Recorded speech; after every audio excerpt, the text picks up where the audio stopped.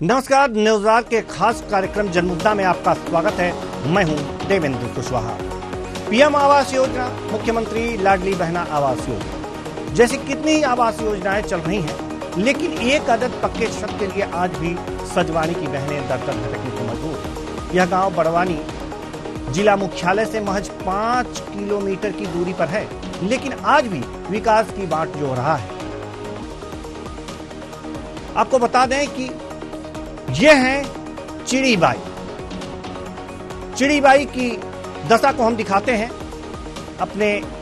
ये चिड़ीबाई हैं, इनके आंखों से छलकते आंसू सिर्फ इनकी दास्तां ही बयान नहीं करता, बल्कि उन तमाम मजबूर लोगों की दीनहीन दशा को दर्शाता है जो आज भी अपने ऊपर पक्के छत की आस में है।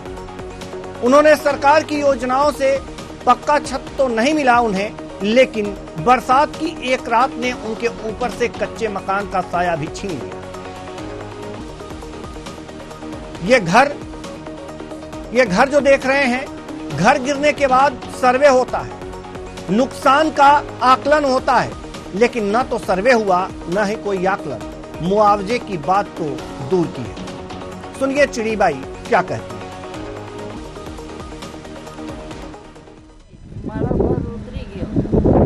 कैसा गिर गया ये मकान?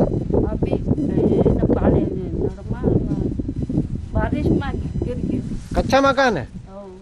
कितने बच्चे आपके? बच्चा 4, लड़का 4, 3 सॉरी। तो अभी कहाँ रह रहे हो फिर ऐसी स्थिति में? यार कच्चे मकान में रह रहे हो? आसपास के लोगों का कहना है कि अत्यधिक बारिश के कारण कच्चा मकान पूरी तरह से जर्जर होकर ढह गया है। ऐसे में एक बड़ी दुर्घटना हो सकती थी। यहाँ के रहवासियों का कहना है कि न तो पीएम आवास योजना के तहत अब तक पक्का मकान मिला, न ही किसी अन्य योजना के तहत कोई लाभ। आज भी आदिवासी क्षेत्रों में असुविधाओं का अंबार है, लेकिन असुविधा से जूझ रहे ग्रामीणों का कहना है कि यहाँ ग्राम पंचायत के जिम्मेदारों के द्वारा कोई सुध नहीं ली गई, न ही कोई सर्वे हुआ और न ही पीएम योजना के तहत पक्का मकान का लाभ मिला। ऐसे में कच्चे मकानों में रहने के लिए मजबूर होना पड़ रहा है। हालांकि इतनी घटना के बावजूद भी अब तक पीड़ितों की कोई सुध लेने नहीं आए। सुनिए ग्रामीणों के मुंह से उन्होंने क्या कुछ कहा। बारिश हुआ तो मकान गिर गया और बच्चे भी सोते थे, हम भी सोते थे, और मोटरसाइकिल भी चिपदा गई, बर्तन ठीक रहे भी, और अभी तक मकान नहीं बना। अब इधर उधर हम भटक रहे और कहाँ सोते न कहाँ रहते, और मकान भी आए थे तो हमारे मकान अभी दिए नहीं। क्या कारण है कि क्यों नहीं मिला अब तक? क्या मालूम क्या नहीं, ये क्या करता। हम जाके 2-2, 3-3 बार बोलते कि हमारा मकान दिला, तो ये बोलते कि तुम्हारा नाम कट गया, अभी नहीं देंगे तुमको। हमारा मकान 3 बार उधर गया। क्या कैसे क्या गिरा ये? पानी से, बारिश से। तो कहाँ रह रहे हो फिर अभी?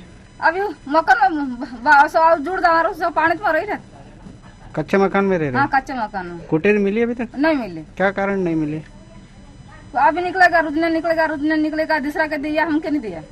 कहीं सुनवाई करने नहीं आते, कहीं सुनवाई नहीं करते, वोट मांगने आ जाते हैं और ये दिलाएंगे वो दिलाएंगे करके बोलते, और कुछ नहीं भी दिलाते। अभी कीचड़ हो जाते हैं आंगने में भी, और गड़गड़ा कराएंगे बोल रहे थे, वो भी नहीं सुनवाई करते, पानी भी नहीं छोड़ते नल में भी। सर जी है कि हमारे को कोटर नहीं मिल रही है। कितने समय से नहीं मिल पा रही है? कब से आवेदन दे रहा सर, फिर अभी नहीं आई है ना। और पानी की समस्या है, हमारे नल कब से लगे हुए, पानी नहीं छोड़ रहे हमको। पंचायत के पास जितना फंड आता है उतना काम कर रहा हूँ और हर क्षेत्र में काम कर रहा हूँ। पानी को लेकर भी किल्लत है, ग्रामीण को लेकर नल जल का काम चल रहा है। हैंडपंप का सहारा लेना पड़ रहा है। हैंडपंप भी जहाँ जहाँ है हम रिपेयर करवा रहे हैं। जो कच्चे मकान गिरे हैं इसको लेकर कोई अभी तक कोई पंचायत का जिम्मेदार कोई गया नहीं वहाँ पर घरों में? नहीं, ये देखिए मेरे पास जिनकी फोटो ली है मैंने मकान उनकी।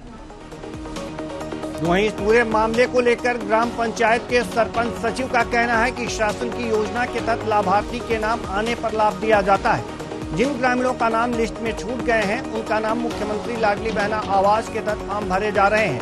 वहीं तेज बारिश के कारण जिनके कच्चे मकान गिरे हैं उनका सर्वे इसलिए नहीं हो पाया कि पटवारी हड़ताल पर बैठे थे। जल्द ही सर्वे करवाया जाएगा। सुनिए रतनलाल मालवीय सहायक सचिव ने क्या कुछ कहा।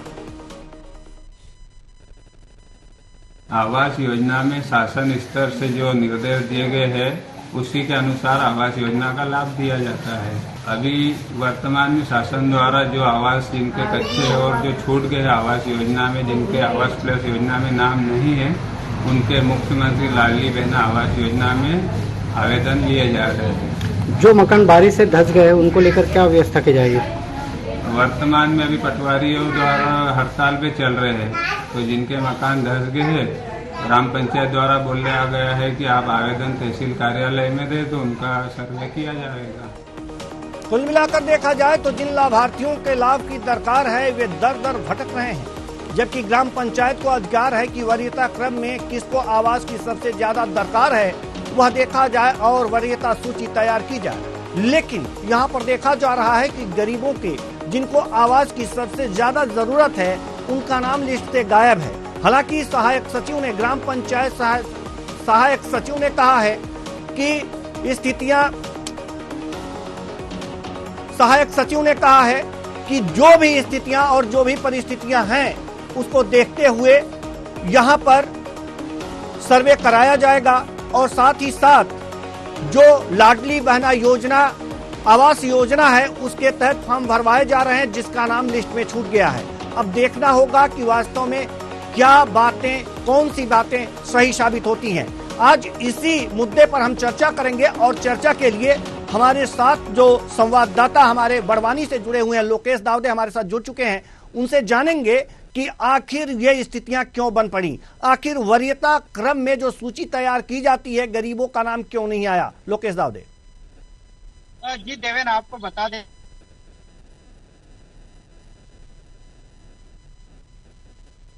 एक और ग्रामीणों का कहना है कि प्रधानमंत्री आवास योजना के तहत पक्के मकान मिलना चाहिए थे, लेकिन अभी तक मिले नहीं। हालांकि विगत दिनों बड़वानी जिला मुख्यालय में हुई तेज बारिश के चलते हुए जिसके चलते कई घरों के आशाने उस बारिश में ढह गए। जहां एक और मैं उन बुजुर्ग महिला की बात करूं कि जिस प्रकार से जहां एक और बुजुर्ग महिला का घर कच्चे मकान की बारिश के चलते हुए कच्चा मकान पूर्ण रूप से ढह गया, लेकिन ऐसे में किसी प्रकार से मानव जीवन हानि नहीं हुई है। हालांकि जिस तरीके से ग्रामीण भी आज भी मूलभूत जैसी सुविधाओं से वंचित है। इसको लेकर अगर बात की जाए तो प्रधानमंत्री आवास योजना के तहत सर्वे सूची में उनका नाम क्यों नहीं आया, यह बड़ा सवाल आज भी यहाँ पर खड़ा हो रहा है। हालांकि जिस तरीके से तस्वीरें जो शर्मसार करने वाली सामने आ रही है कि इतनी स्थिति के बाद भी, इतनी परिस्थिति के बाद भी आखिर जिम्मेदार वहाँ क्यों नहीं सूद लेने गया और आखिर क्या कारण है कि वहाँ पर किस तरह से वहां पर अपना जीवन यापन कर रहे हैं ग्रामीण मूलभूत सुविधाओं को लेकर। वहां पर अब तक किसी प्रकार से न तो प्रशासन की ओर से ध्यान गया, नहीं किसी प्रकार से जनप्रतिनिधि का। देवेन जी बिल्कुल, जनप्रतिनिधि का नहीं गया, शासन प्रशासन का नहीं गया, लेकिन सवाल यहाँ पर यह है कि ये जो लिस्ट बनाई जाती है आवास योजना की, प्रधानमंत्री आवास योजना की जो लिस्ट बनाई जाती है उसके लिए गांव में बैठक होती है। ये खुली बैठक होती है, इसमें गांव के सभी लोग होते हैं, सदस्य होते हैं, ग्राम पंचायत सचिव होते हैं, ग्राम पंचायत सरपंच होते हैं और उसके बाद ये तय किया जाता है कि किनके आवास को सबसे ज्यादा जरूरत है, कौन सबसे ज्यादा गरीब है और किसको घर की सबसे ज्यादा आवश्यकता है और उसी के वरीयता क्रम में ये आवास योजना की लिस्ट बनाई जाती है। तो क्या लोकेश दावदे आपने ये जानने की कोशिश की कि यहाँ पर यह बैठक कब हुई और में उस लिस्ट में किनके नाम थे और इनके नाम क्यों नहीं आ पाए? क्या इनसे भी ज्यादा गरीब लोग थे वहां पर जिनको आवास मिले हैं? देवेन, जिस तरीके से मैं आपको बताना चाहूंगा कि जो कि प्रधानमंत्री आवास योजना के तहत सर्वप्रथम जो ग्राम पंचायत के स्तर पे जो मुखिया होते हैं और जो जिम्मेदार सहायक सचिव जीआरएस जो होते हैं, जो वहां पर जो पदस्थ उनके द्वारा ग्राम पंचायत में सर्वे किया जाता है। सर्वे के मुताबिक जो व्यक्ति जिसकी आर्थिक स्थिति अगर कमजोर पाई जाती है तो ऐसी स्थिति में उन लोगों को पक्के मकान दिलाए जाते हैं प्रधानमंत्री आवास योजना के तहत। लेकिन वहीं आज बात करूं तो जो वहाँ एक और जहाँ 10 से 12 घरों की बस्ती ऐसी है वहाँ मात्र 3 से 4 पक्के मकान मिले, लेकिन वहाँ आज भी कच्चे मकानों में रहकर अपना जीवन यापन कर रहे हैं। तो वहीं दूसरी ओर बात करूं कि जिस तरीके से बारिश में पक्के मकान ढह गए लेकिन कोई सर्वे करने नहीं आया। हालांकि जिस तरीके से ग्राम पंचायत के सचिव का आपके पास आएंगे, हमारे साथ कालू बड़ोले ग्रामीण जुड़ चुके हैं। बहुत बहुत स्वागत है आपका हमारे इस कार्यक्रम में। कालू जी, आप मुझे सुन पा रहे हैं? जी सर, सुन रहे। जी कालू जी, समस्या क्या है? आखिर आप लोगों को आवास क्यों नहीं मिल पा रहा है? सर ये वो क्या मतलब अभी अगली जो लिस्ट आई थी वो लिस्ट में लगभग हमारी ग्राम पंचायत सचवानी में 280 मतलब आई थी लिस्ट। उसमें से मतलब 40 नाम नाजात में काट दिया कि इनका पक्का मकान है, उनका पक्का मकान नहीं है, उसके बावजूद ही नाम काट दिया। 40 नाम काट दिया इन्होंने सचवानी पंचायत। यानी कि जिनके पक्के मकान हैं लिस्ट में उनके नाम भी हैं और जिनके कच्चे मकान हैं उनके इस लिस्ट में नाम नहीं है। नहीं पक्का नहीं, कच्चा मकान वाले को नाम था लिस्ट में, तो उन्होंने ये मतलब पक्का है करके। हेलो जी जी आप बोलिए। वो क्या पक्का मकान है करके मतलब उन्होंने रिश्ते से नाम हटा दिया। 40 जून का नाम काट दिया गया था अगली बार, फिर बाद में उसके बाद में हमने। हेलो जी आप बोलिए, आपकी आवाज सुनाई दे रही है जी। तो उसके बाद में मैंने फिर बाद में मतलब बोला, तो फिर बाद में वो फिर मतलब उन्होंने क्या आवाज प्लस में जोड़ दिया नाम वो, पर अभी तक अभी नहीं आया उनका मकान अभी। नहीं, आप हमें ये बताइए कि जिनके लिस्ट में नाम है क्या उनके पक्के मकान भी हैं? क्या कोई ऐसा नाम भी उस लिस्ट में है जिनके पक्के मकान हैं और उनका आवास में नाम दर्ज है, इस लिस्ट में दर्ज है? जी जी कितने लोग होंगे ये? नहीं पर वो मतलब कच्चे मकान है, वो तो मतलब घूम फिर के मतलब वो क्या बोलते हैं कि इनका मतलब मकान वो क्या गरीब आदमी का पहले से बना हुआ थोड़ा पक्का मकान वाला, तो वो इसका पक्का मकान है करके काट दिया। आपकी बात समझ में नहीं आ पा रही है कि आप कहना क्या चाह रहे हैं। पहले आप क्लियर हो जाइए कि आप कहना क्या चाह रहे हैं, तब तक हमारे साथ दिलीप रावत जी सरपंच जी जुड़ चुके हैं। बहुत बहुत स्वागत है आपका हमारे इस कार्यक्रम में। जी दिलीप रावत जी, यहाँ जो ग्राम सभा है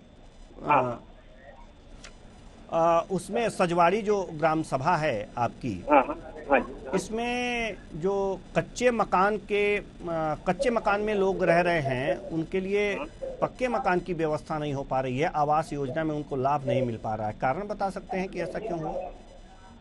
सर हमारे समय में अभी 228 आवास आए हैं और वर्तमान में 83 आवास चल भी रहे सर। और आगे से जैसे ये लोग काम खत्म करेंगे और आगे लोग वेटिंग में है। नहीं, ये लिस्ट जो तैयार की जाती है किस तरह से तैयार की जाती है सर? हम आपसे जानना चाहते हैं। जो भी प्रधानमंत्री आवास योजना और मुख्यमंत्री आवास योजना में वंचित रह गए उन लोगों को हम जोड़ रहे हैं जो भी पात्र बन रहे हैं। नहीं, ये जो प्रधानमंत्री आवास योजना मुख्यमंत्री आवास योजना के अंतर्गत जो लिस्ट तैयार की जाती है गरीबों की कि इनको आवास देना है, वो किस तरह से तैयार की जाती है?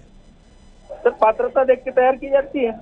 जी पात्रता के अनुसार। नहीं, पात्रता किस तरह से चयन होता है और कौन कौन इस पात्रता का चयन करता है, हम ये जानना चाहते हैं। आखिर पात्रता किस तरह से नियत करते हैं आप लोग? सर सरकार ने कहा है कि जिसके पास छत वाला मकान नहीं है, जो कच्चा मकान है जैसे कि चद्दर डली है और कवेलू है, वो लोग इस पात्रता में आते हैं और कम से कम 2 एकड़ से कम जमीन होना चाहिए, तो वो लोग पात्रता में, पात्र लोगों को हम ले रहे थे। ठीक है, लेकिन ये उन पात्र लोगों को आप लोग ले लेते हैं तो इसके लिए क्या कोई बैठक ग्राम सभा में बुलाई जाती है? नहीं सर, जैसे पोर्टल खुलता है जी आवेदन होता है और फिर हम कैटेगरी देख के ना उनका वो करते चयन। अच्छा हाँ चलिए, कैटेगरी देख आवेदन आता है और कैटेगरी देख करके आप चयन कर देते हैं। तो जिन लोगों का ये अभी बरसात में आवास गिरा है, कच्चे मकान गिरे हैं, इनका तो लिस्ट में नाम नहीं होगा, इसीलिए इनका जी आवास में आवास की लिस्ट में नाम नहीं होगा, इसलिए आवास नहीं मिला है। जिन लोगों को आवास नहीं मिला है सर, उसमें ऐसा है सर कि अधिकतर लोगों ने तो प्रधानमंत्री आवास योजना का लाभ ले चुके और बहुत से लोग मुख्यमंत्री आवास योजना का लाभ ले चुके और जो वंचित रह गए उनको हम जोड़ रहे थे। नहीं, जिनके आवास अभी गिरे हैं बरसात में, कच्चे मकान में जो रहने को मजबूर थे, उनके जो आवास गिर गए हैं, जो भी कच्चा मकान था बरसात की वजह से गिरा है, उन्हें तो आवास मिले नहीं होंगे। हाँ सर, जो जिनको मिल चुका वो तो उसको पोर्टल ही नहीं ले रहा है ना सर, पोर्टल बाहर नहीं, बात वो नहीं है। जिनके मकान गिरे हैं इस बरसात में, क्या लिस्ट में वो शामिल थे? उन्हें आवास योजना का लाभ मिला है? चिड़ी बाई हैं, क्या उनको मिला है आवास योजना का लाभ? क्या नाम बताया सर आपने? चिड़ी बाई हाँ। जो एक बुजुर्ग महिला है, कच्चा मकान था इनका, बरसात में गिर गया है। आपको पता होगा, आप सरपंच हैं उस गांव के। है ना सर? हाँ। जी, तो आखिर उन्हें आवास योजना का लाभ मिला है या नहीं मिला है? नहीं, अभी हम फॉर्म ले रहे हैं सर, जो भी वंचित रह गए उनको हम जोड़ रहे हैं ना जी। अच्छा, उनके आवेदन अभी चल रहे सर, लाडली बहन आवास योजना। ठीक है, लेकिन हम ये जानना चाहते थे कि जो आपने 240 लोगों की बात करी है कि इन लोगों का लिस्ट में नाम है, क्या ये चिड़ी बाई से ज्यादा आर्थिक रूप से कमजोर थे जो 240 लोग थे आपके गांव में जिनकी लिस्ट बनी है, जिनकी लिस्ट आपने बताया कि तैयार की गई है? क्या ये चिड़ी बाई से ज्यादा आर्थिक रूप से कमजोर थे, इनका लिस्ट में नाम शामिल है? सर ये लिस्ट जो आई है हमारे पास, ये आज की नहीं है, 2018 के सर्वे की है जी। और मेरे निर्वाचन से पहले ये लिस्ट जारी हो चुकी थी सर जी। हाँ, तो उन लोगों को आवास मिल चुका है। अब आपके जी आप मेरे कार्यकाल में कोई भी लिस्ट नहीं आई है सर, सब पहले से ही है। जो पहले से है उसी पर आवास दिया जा रहा है। और अब आपके कार्यकाल में कोई लिस्ट नहीं बनी है, तो आपके कार्यकाल में कौन सी लिस्ट बननी चाहिए सर? मेरे कार्यकाल में तो जो व्यक्ति पात्र उसे मिलना चाहिए सर। जी बिल्कुल, और इनका नाम जरूर सम्मिलित कर लीजिएगा, क्योंकि देखिए पूरी तरह से इनका घर ध्वस्त है। जो भी मुख्यमंत्री लाडली बहना योजना के अंतर्गत आवास के फॉर्म भरे जा रहे हैं, उसमें फॉर्म जरूर फिलअप कर दीजिएगा। आप हमारे साथ बने रहिए। राजू पटेल जी, जयस जिला अध्यक्ष हमारे साथ जुड़े हुए हैं। बहुत बहुत स्वागत है आपका हमारे इस कार्यक्रम में जयस जी। नमस्कार। राजू पटेल जी, राजू पटेल जी, बड़ी विचित्र स्थिति है जी। बिल्कुल, जैसे कि ये बड़वानी एक निमाड़ का पेरिस कहा जाता है और बड़वानी जिले में जैसे कि पीएम आवास, प्रधानमंत्री आवास योजना की बात किया जाए तो बड़वानी जिला एक ऐसा जिला है और यहाँ पर जो आवास के नाम से जो लिस्टिंग तैयार की जाती है, जो अधिकारी कर्मचारी है, उनकी लापरवाही की वजह से आज हमारे जैसे ग्राम पंचायत सजवानी की बात की जाए तो चिड़ी बाई हो, चाहे डूडी बाई हो, दुर्गा बाई हो, ऐसे कुछ लोग हैं जिनके कच्ची मिट्टी से मकान बने, वो प्रधानमंत्री आवास योजना से कोसों दूर है। आज ये बारिश की वजह से, लेकिन राजू पटेल जी, नहीं राजू पटेल जी, सवाल यहाँ पर यह है कि सरपंच जी हमारे साथ जुड़े हुए हैं उस गांव के, और वो कह रहे हैं कि हमारे कार्यकाल में तो कोई लिस्ट बनी नहीं, ये पुरानी 2018 की लिस्ट है, उसी के अनुसार हम आवास दे रहे हैं। अब कोई जो लिस्ट बनेगी तो इनका नाम उसमें डाला जाएगा। तो सरपंच जी तो बिल्कुल बनती कहाँ से है जी, लिस्ट बनती कहाँ से? फिर ग्राम पंचायत का अधिकार कहाँ से हो जाएगा? ग्राम सभा अगर वास्तव में अगर कच्ची मिट्टी से बनाकर अगर कोई रह रहा है तो ग्राम सभा के पास इतना अधिकार नहीं है कि वो जो लिस्टिंग है उसमें जनपद को उपलब्ध करवाया जाए। कि आज यहाँ पर पानी इतना गिरा कि कुछ मकान सब बड़वानी जिले में तहस-महस हो गए, मकान उनके रहने के लिए। तो सरपंच जी इसका जवाब देंगे ना? दिलीप रावत सरपंच जो हैं वो हमारे साथ जुड़े हुए हैं। जी सरपंच जी, जवाब दीजिए। राजू पटेल जी कुछ कह रहे हैं आपसे। सरपंच साहब से ये कहना चाह रहे हैं कि अभी तक कच्चे मकान को लेकर आपने जनपद को, जिला पंचायत को, जिला कलेक्टर को अवगत क्यों नहीं करवाया? अगर इस प्रकार की स्थिति है तो जी को अवगत कराते हैं हम संबंधित अधिकारियों को। हमारे हाथ में क्या, हम तो लिस्ट बना के देने वाले और लोगों का चयन करते कि जो पात्र बनता है। चयन करने की प्रक्रिया ये अच्छी बात है, लेकिन मैं ये बताना चाह रहा हूँ कि अभी इतनी हाल ही में इतनी बारिश तेज हुई है और बारिश में कुछ मकान बड़वानी जिले में, केवल सजवानी की बात इससे नहीं, अलग अलग पंचायतों में भी मकान कच्ची मिट्टी के बने हुए थे, वो डूब गए या टूट गए हैं। लेकिन बड़वानी की जो एक पंचायत, पर्टिकुलर पंचायत को देखते हुए बड़वानी जिले में जिला प्रशासन क्या कर रहा है? जिला प्रशासन अभी तक जिनके घर टूट गए उनके लिए उनके अधिकारी पहुंचाकर एक सर्वे तक नहीं करवा पाया है। नहीं, हम तो पता हमारे गांव को हमको देखना है। नहीं, आप भले आप भेज रहे हो, लेकिन हम तो पूरे जिले के ऊपर आरोप लगा रहे हैं कि बड़वानी जिला कलेक्टर हो, चाहे जिला पंचायत सीओ हो, उनके द्वारा एक भी अधिकारी पहुंचाकर मकानों का उन्होंने मुआवजा नहीं करवाया, नहीं पंचनामा बनवाया। क्योंकि हाल ही में पटवारी लोग धरना प्रदर्शन पर है। अभी तेज बारिश की वजह से मकानों में आज इंसानों के लिए छत नहीं है। ग्रामीणों में हमारे लोग तो मूलभूत सुविधाओं से भी ठीक है। दिलीप रावत जी को जवाब दे लेने दीजिए। दिलीप रावत जी, परेशानी कहाँ आ रही है? इन गरीबों की मदद नहीं हो पा रही? बारिश में सर अभी अधिकतर झोपड़े सब गिर गए, अधिकतर लोगों के झोपड़े गिरे और पटवारी धरना प्रदर्शन पे बैठे हैं। मैंने फिर भी मेरे स्तर से घरों घर जाके लोगों को खड़ा करके उनकी फोटो खींची है सर। तो पटवारी को मैंने व्हाट्सएप किया तो उनका मोबाइल स्विच आ रहा था सर। तो मैं किसको बताऊंगा था। फिर भी हमने एक विकल्प निकाला कि राजस्व से कोई सहायता मिल सकती है तो कि वो क्या करते हैं तो तहसीलदार के नाम से आवेदन दीजिए सर। सरपंच जी तो आपने तहसीलदार के नाम से आवेदन दिया इन पीड़ितों से आवेदन लेकर के। हितग्राहियों को हमने सजेशन दिया कि आप अपने स्तर से तहसीलदार साहब को आवेदन कर दो तो भी सहायता मिल जाए। ठीक है, ये आवेदन कब दिया गया और उस पर कुछ कार्रवाई हुई अब तक? अब तक तो कोई भी आश्वासन नहीं है सर। आवेदन दे दिया गया लेकिन कोई कार्रवाई नहीं हुई है। राजू पटेल जी, जय जिलाध्यक्ष हैं आप और सरपंच जी असहाय महसूस कर रहे हैं अपने आप को, तो जी बिल्कुल जी जो सरपंच महोदय जो बता रहे हैं ना, बिल्कुल सही बात है। बड़वानी जिला प्रशासन इतना खोखला हो चुका है कि जनप्रतिनिधियों की बात सुनने के लिए भी तैयार नहीं है। आज हमारे जयेश के कार्यकर्ता अलग अलग इस मुद्दे से हटके बताना चाहूंगा, बड़वानी जिला एक निमाड़ के साथ साथ नर्मदा नदी से जुड़ा हुआ है। उसमें नर्मदा पट्टी पे सैकड़ों मकाने डूब गए, धंस गए, लेकिन कोई वहाँ पर मदद करने के लिए नहीं गए। वहाँ पर अलग अलग हमारे कार्यकर्ता गांव-गांव में जाकर उनके सामग्री बाहर निकाले। ऐसी स्थितियों में भी स्वयं को उनको उनके खुद के भरोसे छोड़ दिया गया कि वो चाहे इनके साथ ऐसा व्यवहार किया जा रहा है कि बड़वानी जिला एक सोतला व्यवहार किया जा रहा है। यहाँ पर हमारे पूरे ट्राइबल क्षेत्र आता है और ट्राइबल क्षेत्र में अधिकारी अफसराशाही उनका अफसराशाही चला रहे हैं। नहीं लेकिन तो मात्र ये सब कह देने से तो काम बनेगा नहीं। सवाल तो ये है कि अगर जो अफसर नहीं सुन रहे हैं तो उन्हें सुनाने की कोई युक्ति तो निकालनी पड़ेगी। बिल्कुल वहाँ पर हमारे कार्यकर्ता जाते हैं और अलग अलग गांव में जाकर उनकी मदद कर रहे हैं, जो जहाँ पर जितनी मदद हो सकती, क्योंकि हमारा जो संगठन है वो सामाजिक संगठन है। आज ये जो स्थिति है, ये जो ग्राम पंचायत सजवानी की बता रहे हैं, ये जो ग्राम पंचायत सजवानी हमारे माननीय मंत्री महोदय की विधानसभा के गांव का है।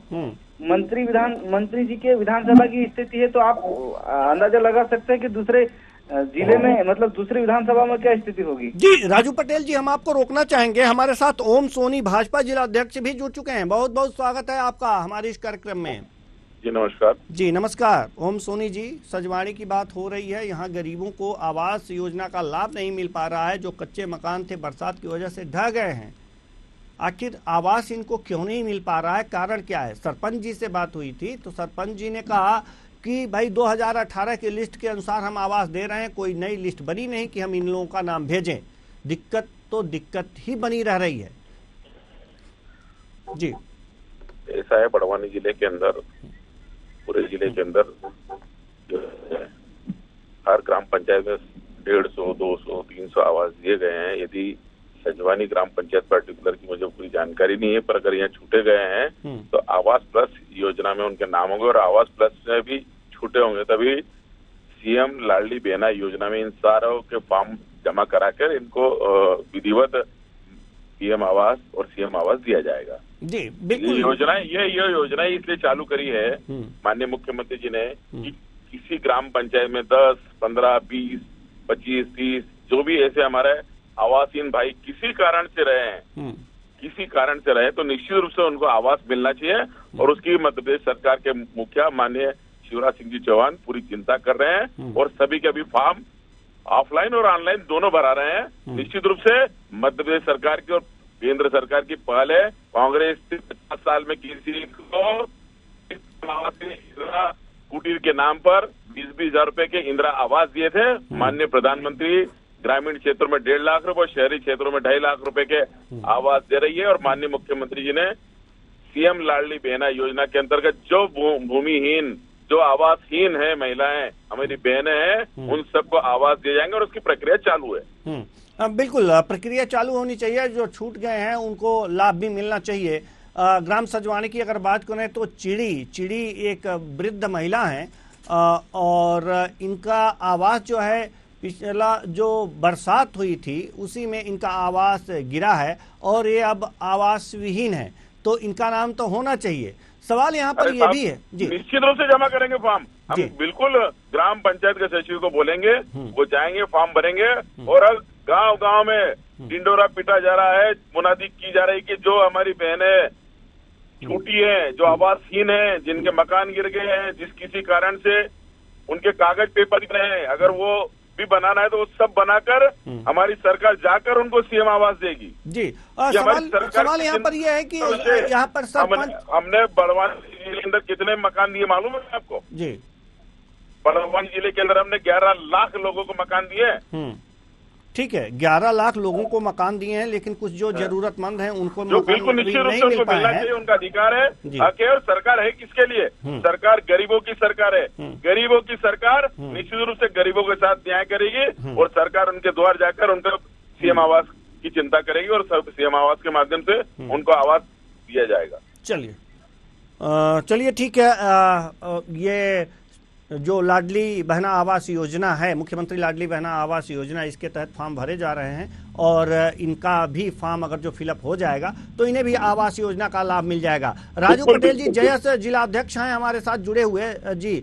ओम सोनी जी का ये कहना है कि सबको आवास मिलेगा और राजू पटेल जी, जैसा कि अभी सरपंच जी से बात हुई है, तो वो अपने आप को असहाय बता रहे हैं कि हमारी कोई प्रशासन में सुनता ही नहीं, जैसे कि इनको मुआवजा देने की बात हुई है। ओम सोनी जी, हम आपसे एक जवाब और लेना चाहेंगे, एक निवेदन और करना चाहेंगे कि इनका जो आवास गिरा है इस बरसात में, उसके लिए मुआवजा भी इनको मिलना चाहिए, लेकिन जो पटवारी जी लोग हैं उनकी हड़ताल चल रही है, इसलिए दिक्कत यहाँ पर यह है कि कोई सर्वे नहीं हुआ, तो इनको मुआवजा कैसे मिलेगा? इसके लिए कोई युक्ति निकाली गई है? आपकी जानकारी में देना चाह रहा हूँ कि मध्य प्रदेश के सरकार के माननीय मुख्यमंत्री जी ने कल खरगोन की एक विशाल जनसभा में लाडली बहनाओं को संबोधित करते हुए कहा है कि खरगोन और बड़वानी जिले में सरदार सरोवर के बैक वाटर के कारण या अतिवृष्टि के कारण या बाढ़ आने के कारण उनके भी मकान गिरे हैं, टूटे हैं, फूटे हैं, जिनके घरों में पानी घुस गया है, उनको मुआवजा और राहत राशि तुरंत दी जाएगी। पटवारी हड़ताल पर है तो आरआई और एक टीचर और अन्य विभाग के एक अधिकारी जाकर 3 अधिकारी एक ग्राम पंचायत में जाकर उनका सर्वे कर रहे हैं। निश्चित रूप से सर्वे दल अपना काम कर रही है और जल्द ही मुआवजा उनको दिया जाएगा और राहत राशि दी जाएगी। चलिए ठीक है। राजू पटेल जी जयस जिलाध्यक्ष हैं, हमारे साथ जुड़े हुए हैं।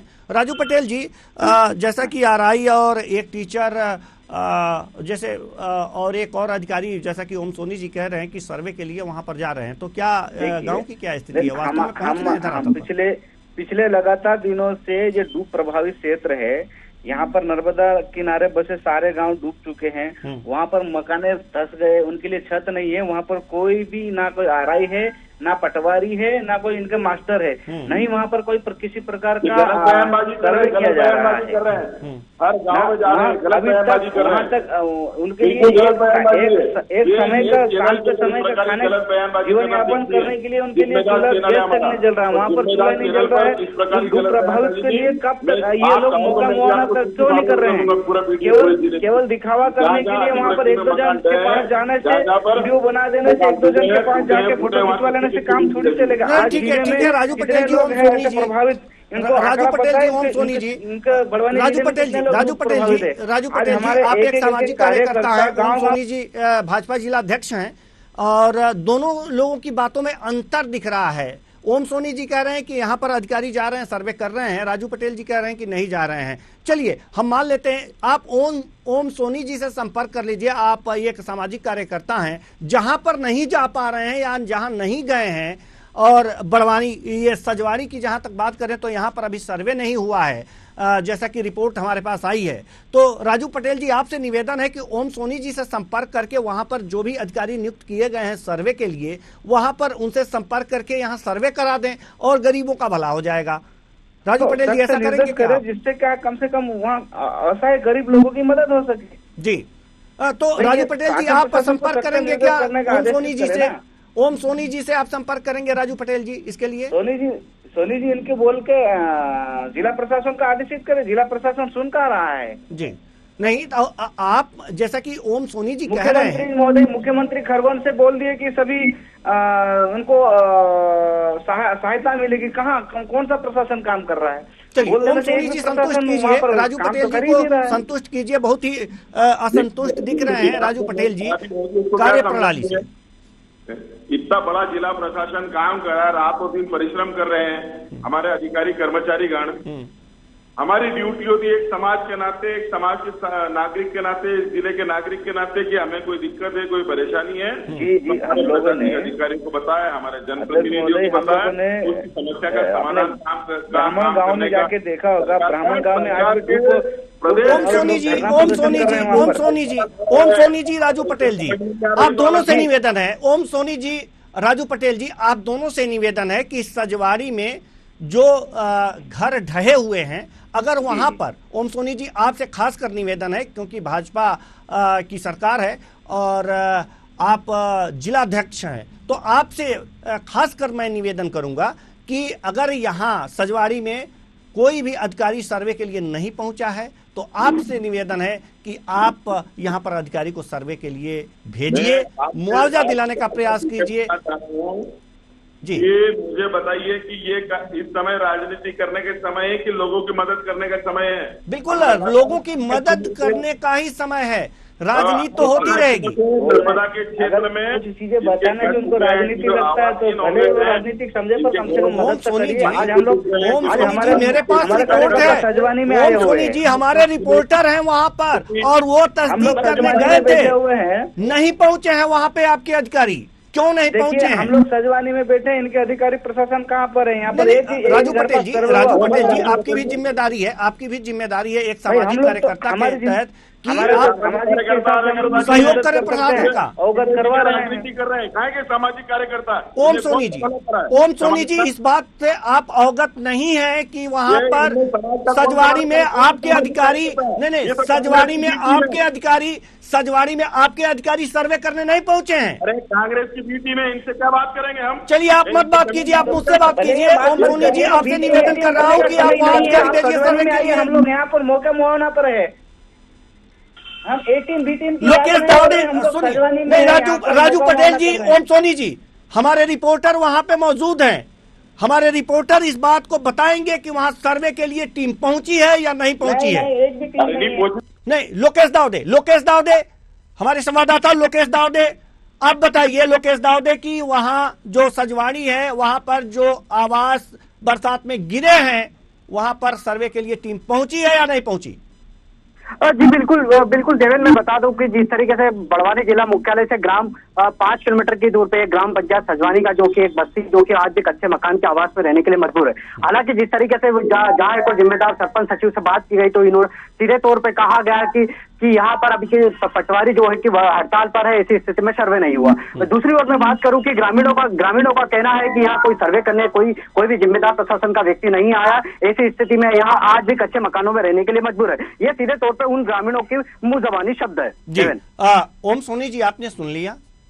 अब इस बात को मान लीजिए कि यहाँ पर अधिकारी सर्वे करने नहीं पहुंचे, कारण जो भी रहा हो, एक निवेदन मैं आपसे करूंगा कि इस बात को सच्चा मान करके एक बार सर्वे जरूर करा दीजिए।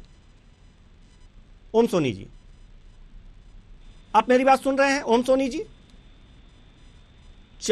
चलिए ओम सोनी जी प्रशासन की वकालत करते करते अपना फोन कट करके चले गए। जब हकीकत हमारे संवाददाता ने बयां की तो स्थितियां ये हैं हमारे नेता, ये हैं हमारे राजनेता, और ये हैं गरीब, और ये है गरीबों की दशा। योजनाएं तो बनती हैं। बहुत बहुत धन्यवाद आप सभी, राजू पटेल आपका भी और सभी मेहमानों का जो हमारे साथ जुड़े। योजनाएं तो बनती हैं और योजनाओं का क्रियान्वयन भी प्रशासन करता है, लेकिन किस तरह से कर रहा है, कितने धीमे कर रहा है, यह देखने वाली बात है। आज प्रधानमंत्री आवास योजना है, मुख्यमंत्री लाडली बहना आवास योजना है, उसके तहत फॉर्म भरे जा रहे हैं। मुख्यमंत्री आवास योजना है, तमाम योजनाएं हैं, लेकिन कच्चे मकान बरसात की वजह से गिर जा रहे हैं और लोग खुले आसमान के नीचे जीवन यापन करने को मजबूर हैं। फिर इस आवास योजना का मतलब क्या है? कहीं ना कहीं तो खोट है कि उन पात्र व्यक्तियों को आवास योजना का लाभ नहीं मिला, तो ये कमी प्रशासन भी अपने अंदर खोजे और शासन भी खोजे कि आखिर क्यों अंतिम व्यक्ति तक को लाभ नहीं मिला। बाकी अगर अपने अंदर खोट निकल आए तो उसे सुधारने का प्रयास करें और उन गरीबों को योजनाओं का लाभ देने का भरसक प्रयास करें। यही निवेदन है राजनेताओं से भी और अधिकारियों से। फिलहाल इस कार्यक्रम में इतना ही, मुझे दीजिए इजाजत, नमस्कार।